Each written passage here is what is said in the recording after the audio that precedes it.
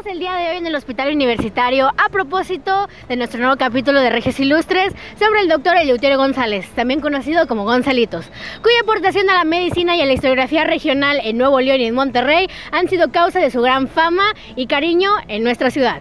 Vamos a hablar sobre el doctor Eleuterio González. Es necesario venir hacia la cuna de la educación de la medicina en el estado de Nuevo León, que es donde nos encontramos actualmente, la Facultad de Medicina de la Universidad Autónoma de Nuevo León.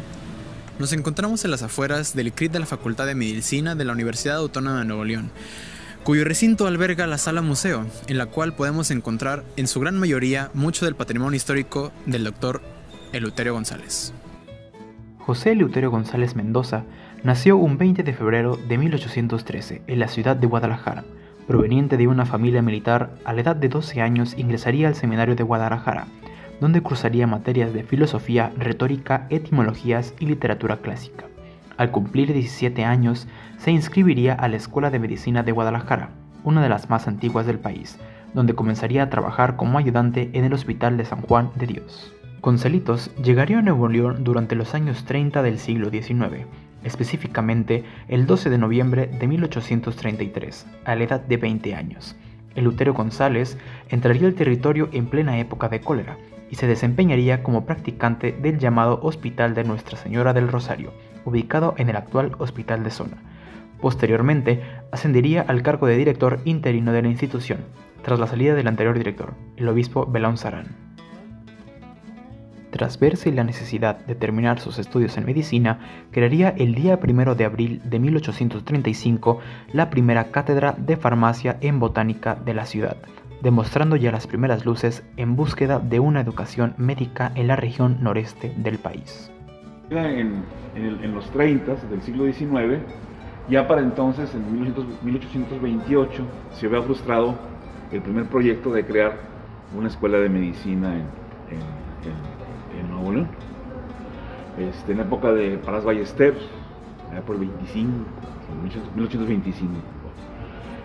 Gonzalitos llega entonces con la idea también de crear una escuela de medicina y farmacia, que es un proyecto que se le va a frustrar los 30 y 40 y parte de los 50. La escuela de medicina que hoy conocemos, su antecedente inmediato o su origen es, fíjense bien, 30 de octubre de 1859. La fecha es obligatoria que se la memoricen porque no solamente es el inicio de la Facultad de Medicina, sino es el inicio del Colegio Civil. El Colegio Civil inicia como prepa secundaria, como secundaria y prepa, que eso era, por eso duraba 5 o 6 años, y la Facultad de Jurisprudencia, hoy Leyes, que ya existía desde mucho antes de la de Medicina, y la Escuela de Medicina. Esas tres instituciones forman el Colegio Civil, que es el antecedente de la Universidad de Nuevo León, ¿no?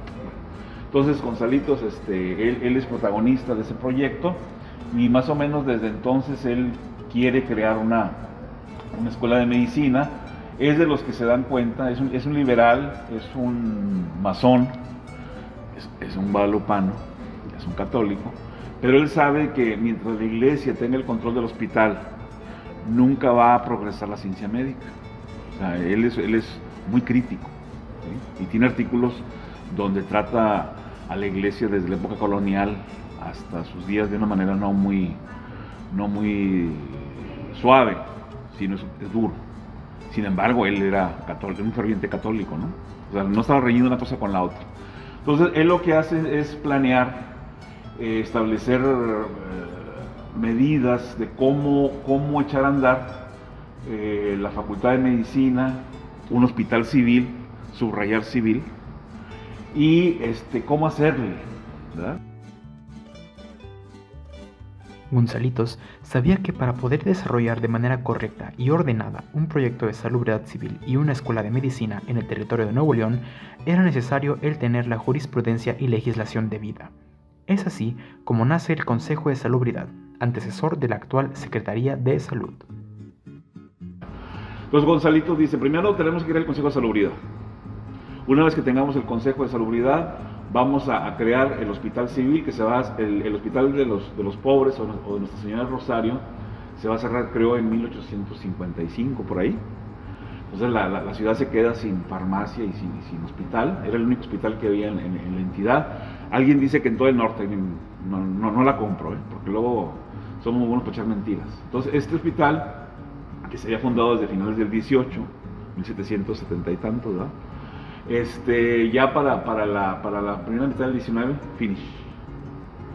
Se cierra, se clausura. Entonces Gonzalitos dice, pues ahora ¿cómo le hacemos? Entonces, afortunadamente, él era un tipo, hablemos un poco del personaje, era un tipo joven, pero muy jovial, muy injundioso y con mucha iniciativa y con mucha empatía con la gente de dinero.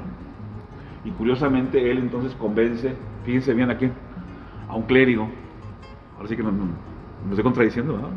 A un clérigo para que se consigan unos terrenitos por ahí y construir el hospital escuela, ¿verdad? Y él va a pasar la gorra con la gente de dinero de aquel tiempo, de los ricos que luego citan los que trabajan en industrialización, la familia Milmo.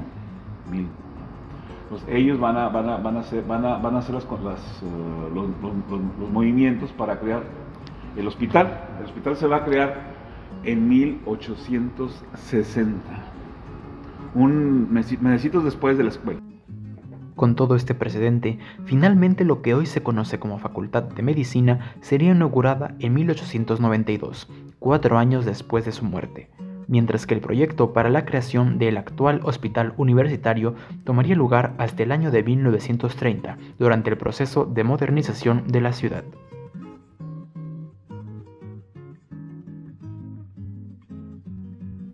Dr. José Eleuterio González, un distinguido médico, botánico, político y filántropo, una completa figura ilustre de la ciudad que deja un legado enorme en el ámbito médico y de la salud en el estado.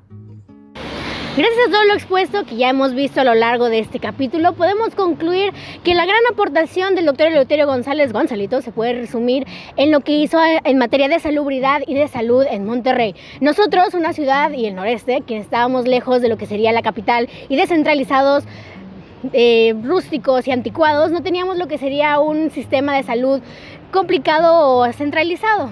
Gracias a la llegada del doctor Eleuterio González, nosotros pudimos desarrollar lo que hoy conocemos como el Hospital Universitario, que es la gran estructura que estamos viendo detrás de nosotros, que al mismo tiempo fueron los inicios de la Escuela de Medicina, el conocido Hospital Escuela, y uno de los principales proyectos del noreste en su época.